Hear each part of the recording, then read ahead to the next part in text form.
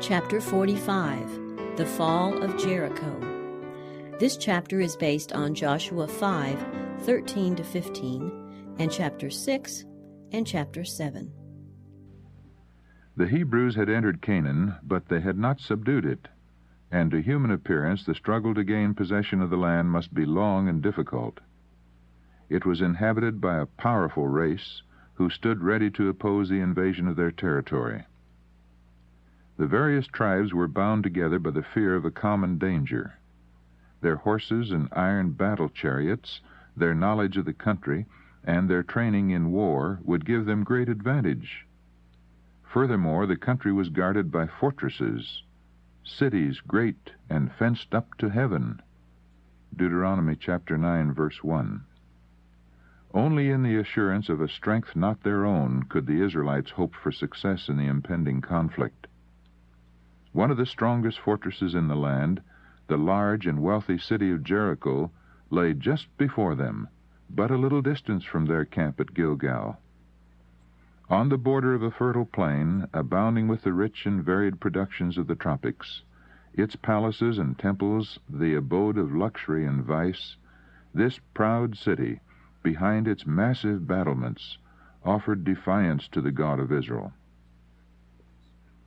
Jericho was one of the principal seats of idol worship, being especially devoted to Ashtaroth, the goddess of the moon. Here centered all that was vilest and most degrading in the religion of the Canaanites.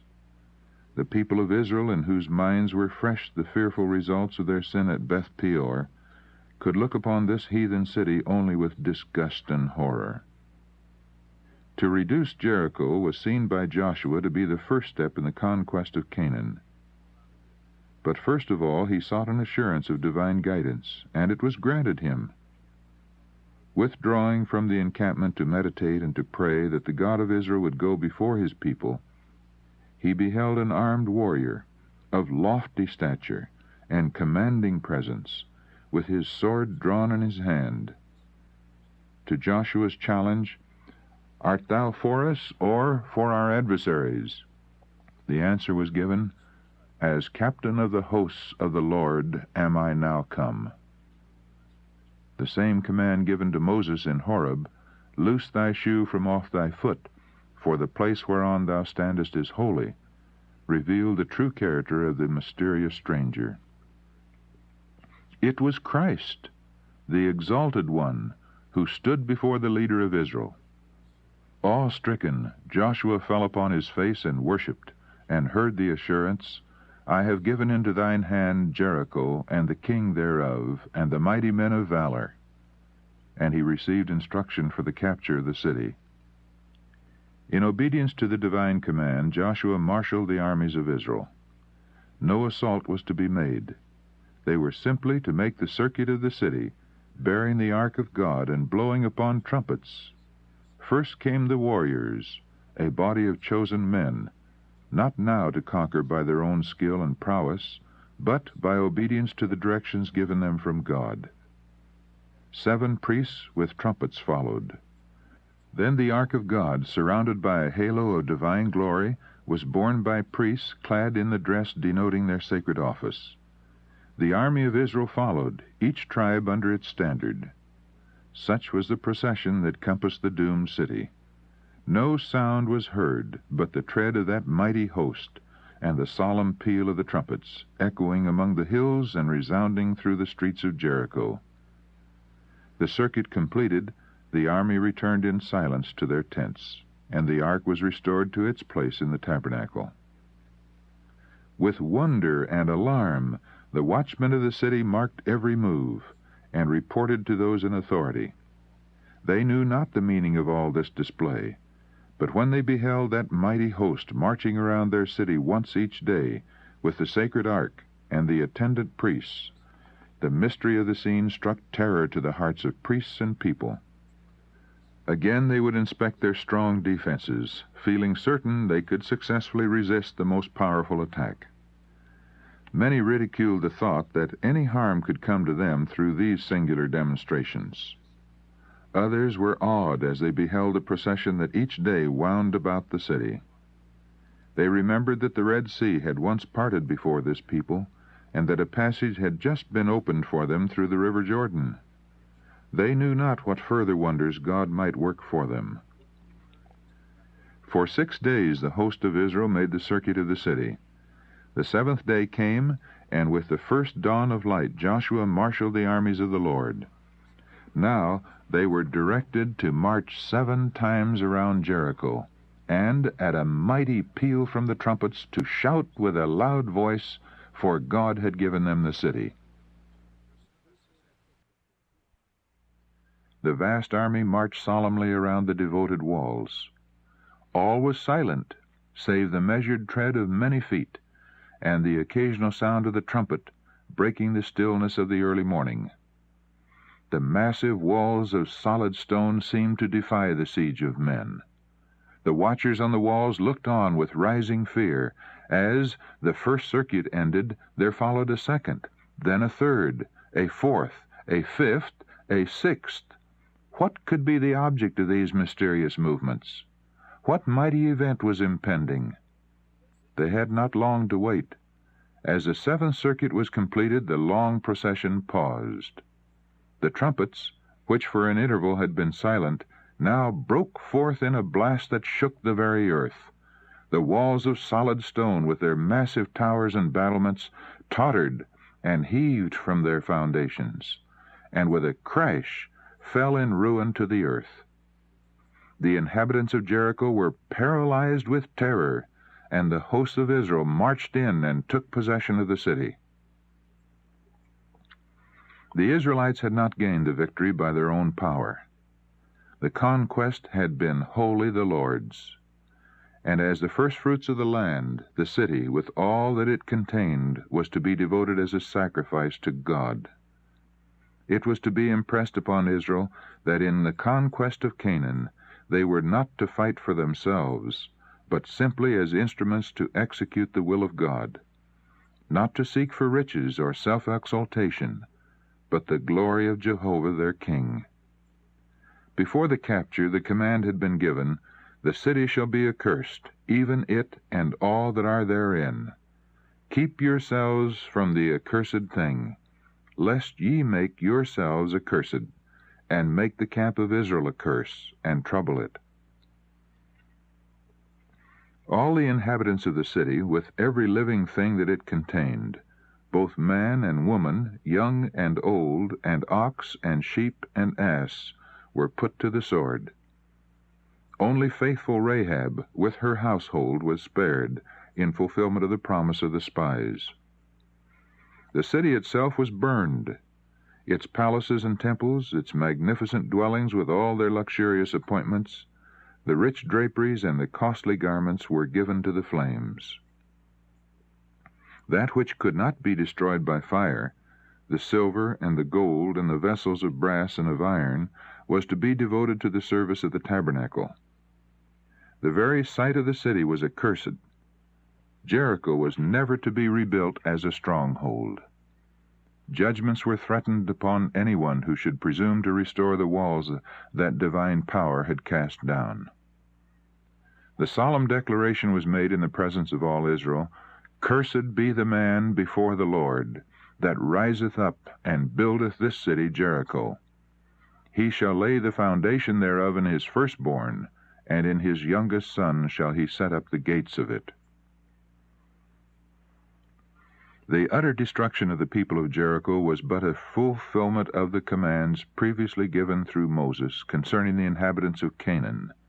"Thou shalt smite them and utterly destroy them." Deuteronomy chapter 7, verse 2.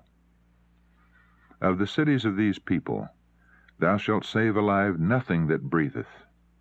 Deuteronomy chapter 20, verse 16. To many, these commands seem to be contrary to the spirit of love and mercy enjoined in other portions of the Bible, but they were in truth the dictates of infinite wisdom and goodness. God was about to establish Israel in Canaan, to develop among them a nation and government that should be a manifestation of His kingdom upon the earth. They were not only to be inheritors of the true religion, but to disseminate its principles throughout the world. The Canaanites had abandoned themselves to the foulest and most debasing heathenism, and it was necessary that the land should be cleared of what would so surely prevent the fulfillment of God's gracious purposes. The inhabitants of Canaan had been granted ample opportunity for repentance. 40 years before, the opening of the Red Sea and the judgments upon Egypt had testified to the supreme power of the God of Israel. And now, the overthrow of the kings of Midian, of Gilead, and Bashan had further shown that Jehovah was above all gods. The holiness of his character and his abhorrence of impurity had been evinced in the judgments visited upon Israel for their participation in the abominable rites at Baal Peor. All these events were known to the inhabitants of Jericho, and there were many who shared Rahab's conviction, though they refused to obey it, that Jehovah, the God of Israel, is God in heaven above and upon the earth beneath.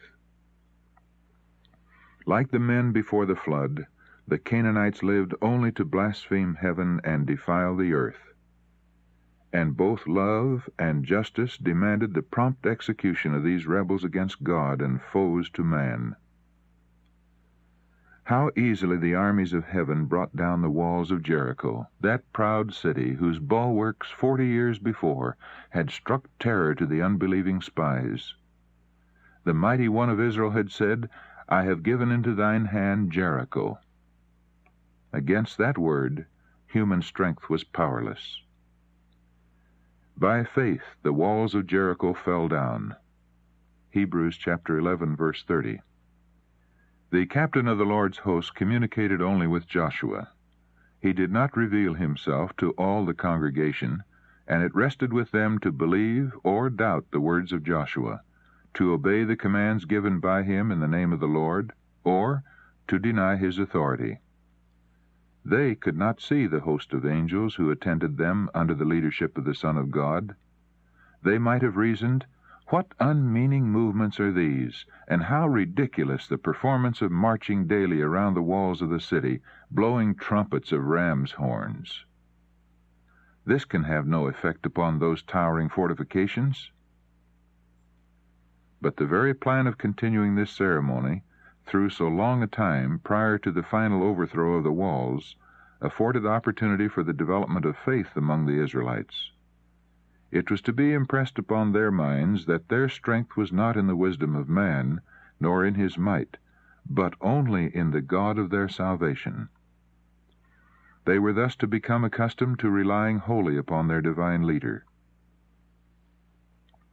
God will do great things for those who trust in him.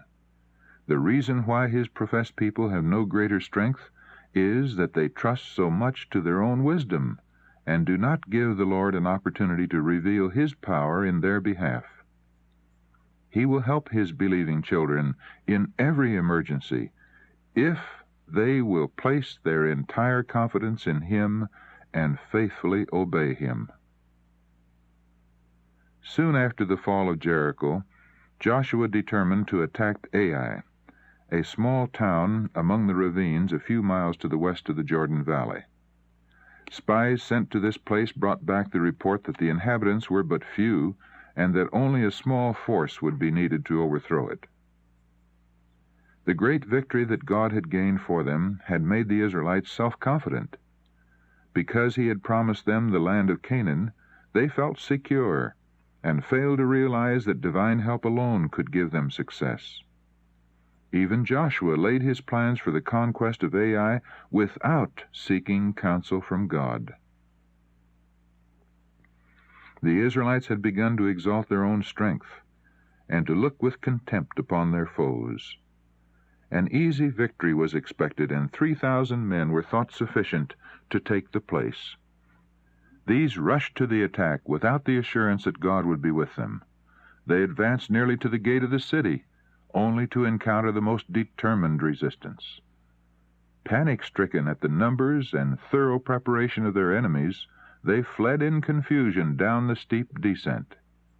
The Canaanites were in hot pursuit. They chased them from before the gate, and smote them in the going down. Though the loss was small as to numbers, but 36 men being slain, the defeat was disheartening to the whole congregation. The hearts of the people melted and became as water. This was the first time they had met the Canaanites in actual battle, and if put to flight before the defenders of this little town, what would be the result in the greater conflicts before them? Joshua looked upon their ill success as an expression of God's displeasure, and in distress and apprehension he rent his clothes, and fell to the earth upon his face before the ark of the Lord until the eventide, he and the elders of Israel, and put dust upon their heads. Alas, O Lord God, he cried, wherefore hast thou at all brought this people over Jordan, to deliver us into the hand of the Amorites, to destroy us? O Lord, what shall I say, when Israel turneth their backs before their enemies?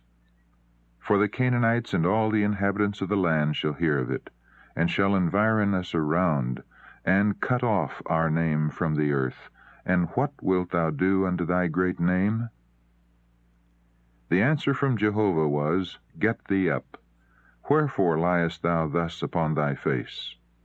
Israel hath transgressed my covenant which I commanded them.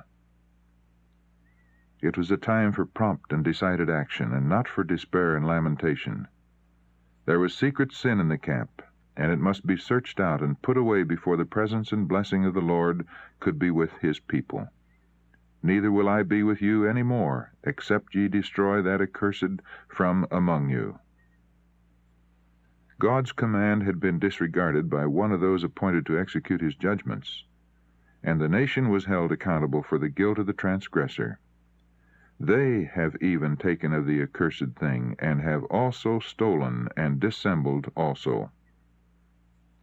Instruction was given to Joshua for the discovery and punishment of the criminal. The lot was to be employed for the detection of the guilty. The sinner was not directly pointed out, the matter being left in doubt for a time, that the people might feel their responsibility for the sins existing among them, and thus be led to searching of heart and humiliation before God. Early in the morning, Joshua gathered the people together by their tribes, and the solemn and impressive ceremony began. Step by step the investigation went on. Closer and still closer came the fearful test.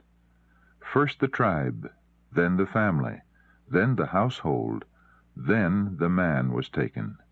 And Achan, the son of Carmi, of the tribe of Judah, was pointed out by the finger of God as the troubler of Israel. To establish his guilt beyond all question, leaving no ground for the charge that he had been unjustly condemned, Joshua solemnly adjured Achan to acknowledge the truth. The wretched man made full confession of his crime. Indeed, I have sinned against the Lord God of Israel. When I saw among the spoils a goodly Babylonish garment, and 200 shekels of silver, and a wedge of gold of 50 shekels weight, then I coveted them, and took them, and behold, they are hid in the earth in the midst of my tent. Messengers were immediately dispatched to the tent, where they removed the earth at the place specified, and behold, it was hid in his tent, and the silver under it. And they took them out of the midst of the tent, and brought them unto Joshua, and laid them out before the Lord. Sentence was pronounced and immediately executed. Why hast thou troubled us? Said Joshua. The Lord shall trouble thee this day. As the people had been held responsible for Achan's sin, and had suffered from its consequences, they were, through their representatives, to take part in its punishment. All Israel stoned him with stones. Then there was raised over him a great pile of stones, a witness to the sin and its punishment. Wherefore the name of that place was called the Valley of Achor, that is, Trouble. In the book of Chronicles his memorial is written, Achor, the troubler of Israel. 1 Chronicles chapter 2, verse 7. Achan's sin was committed in defiance of the most direct and solemn warnings and the most mighty manifestations of God's power. Keep yourselves from the accursed thing, lest ye make yourselves accursed, had been the proclamation to all Israel. The command was given immediately after the miraculous passage of the Jordan and the recognition of God's covenant by the circumcision of the people, after the observance of the Passover, and the appearance of the angel of the covenant, the captain of the Lord's host. It had been followed by the overthrow of Jericho, giving evidence of the destruction which will surely overtake all transgressors of God's law. The fact that divine power alone had given the victory to Israel, that they had not come into possession of Jericho by their own strength, gave solemn weight to the command prohibiting them from partaking of the spoils. God, by the might of his own word, had overthrown this stronghold. The conquest was his, and to him alone the city with all that it contained was to be devoted. Of the millions of Israel, there was but one man who, in that solemn hour of triumph and of judgment, had dared to transgress the command of God. Achan's covetousness was excited by the sight of that costly robe of Shinar. Even when it had brought him face to face with death, he called it a goodly Babylonish garment. One sin had led to another, and he appropriated the gold and silver devoted to the treasury of the Lord. He robbed God of the first fruits of the land of Canaan. The deadly sin that led to Achan's ruin had its root in covetousness. Of all sins, one of the most common and the most lightly regarded. While other offenses meet with detection and punishment, how rarely does the violation of the 10th commandment so much as call forth censure? The enormity of this sin and its terrible results are the lessons of Achan's history. Covetousness is an evil of gradual development. Achan had cherished greed of gain until it became a habit, binding him in fetters well nigh impossible to break. While fostering this evil, he would have been filled with horror at the thought of bringing disaster upon Israel. But his perceptions were deadened by sin, and when temptation came, he fell an easy prey. Are not similar sins still committed, in the face of warnings as solemn and explicit? We are as directly forbidden to indulge covetousness as was Achan to appropriate the spoils of Jericho. God has declared it to be idolatry. We are warned, "Ye cannot serve God and mammon." Matthew chapter 6, verse 24. Take heed and beware of covetousness. Luke chapter 12, verse 15. Let it not be once named among you. Ephesians chapter 5, verse 3. We have before us the fearful doom of Achan, of Judas, of Ananias, and Sapphira. Back of all these we have that of Lucifer, the son of the morning, who, coveting a higher state, forfeited forever the brightness and bliss of heaven. And yet, notwithstanding all these warnings, covetousness abounds. Everywhere its slimy track is seen. It creates discontent and dissension in families. It excites envy and hatred in the poor against the rich. It prompts the grinding oppression of the rich toward the poor. And this evil exists not in the world alone, but in the church. How common even here to find selfishness, avarice, overreaching, neglect of charities, and robbery of God in tithes and offerings. Among church members in good and regular standing, there are, alas, many Achans. Many a man comes stately to church and sits at the table of the Lord, while among his possessions are hidden unlawful gains, the things that God has cursed.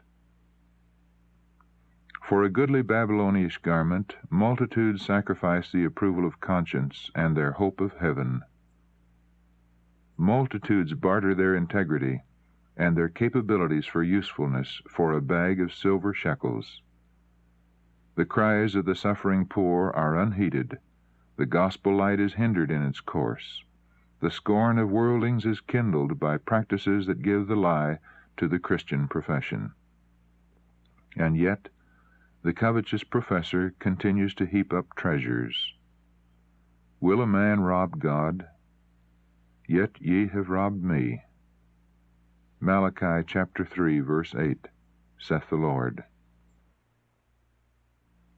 Achan's sin brought disaster upon the whole nation.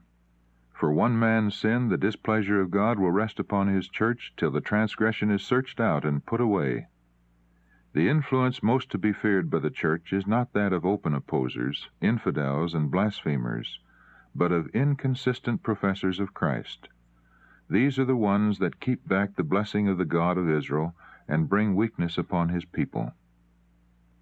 When the church is in difficulty, when coldness and spiritual declension exist, giving occasion for the enemies of God to triumph, then, instead of folding their hands and lamenting their unhappy state, let its members inquire if there is not an Achan in the camp. With humiliation and searching of heart, let each seek to discover the hidden sins that shut out God's presence. Achan acknowledged his guilt, but when it was too late for the confession to benefit himself. He had seen the armies of Israel return from Ai defeated and disheartened. Yet he did not come forward and confess his sin. He had seen Joshua and the elders of Israel bowed to the earth in grief too great for words. Had he then made confession, he would have given some proof of true penitence, but he still kept silence. He had listened to the proclamation that a great crime had been committed, and had even heard its character definitely stated. But his lips were sealed. Then came the solemn investigation. How his soul thrilled with terror as he saw his tribe pointed out, then his family and his household. But still he uttered no confession, until the finger of God was placed upon him. Then, when his sin could no longer be concealed, he admitted the truth. How often are similar confessions made? There is a vast difference between admitting facts after they have been proved and confessing sins known only to ourselves and to God. Achan would not have confessed had he not hoped by so doing to avert the consequences of his crime. But his confession only served to show that his punishment was just.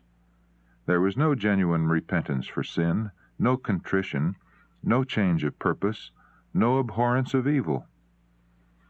So confessions will be made by the guilty when they stand before the bar of God, after every case has been decided for life or death. The consequences to result to himself will draw from each an acknowledgment of his sin. It will be forced from the soul by an awful sense of condemnation and a fearful looking for of judgment. But such confessions cannot save the sinner. So long as they can conceal their transgressions from their fellow men, many, like Achan, feel secure and flatter themselves that God will not be strict to mark iniquity. All too late their sins will find them out in that day when they shall not be purged with sacrifice or offering forever. When the records of heaven shall be opened, the judge will not in words declare to man his guilt, but will cast one penetrating, convicting glance, and every deed, every transaction of life will be vividly impressed upon the memory of the wrongdoer.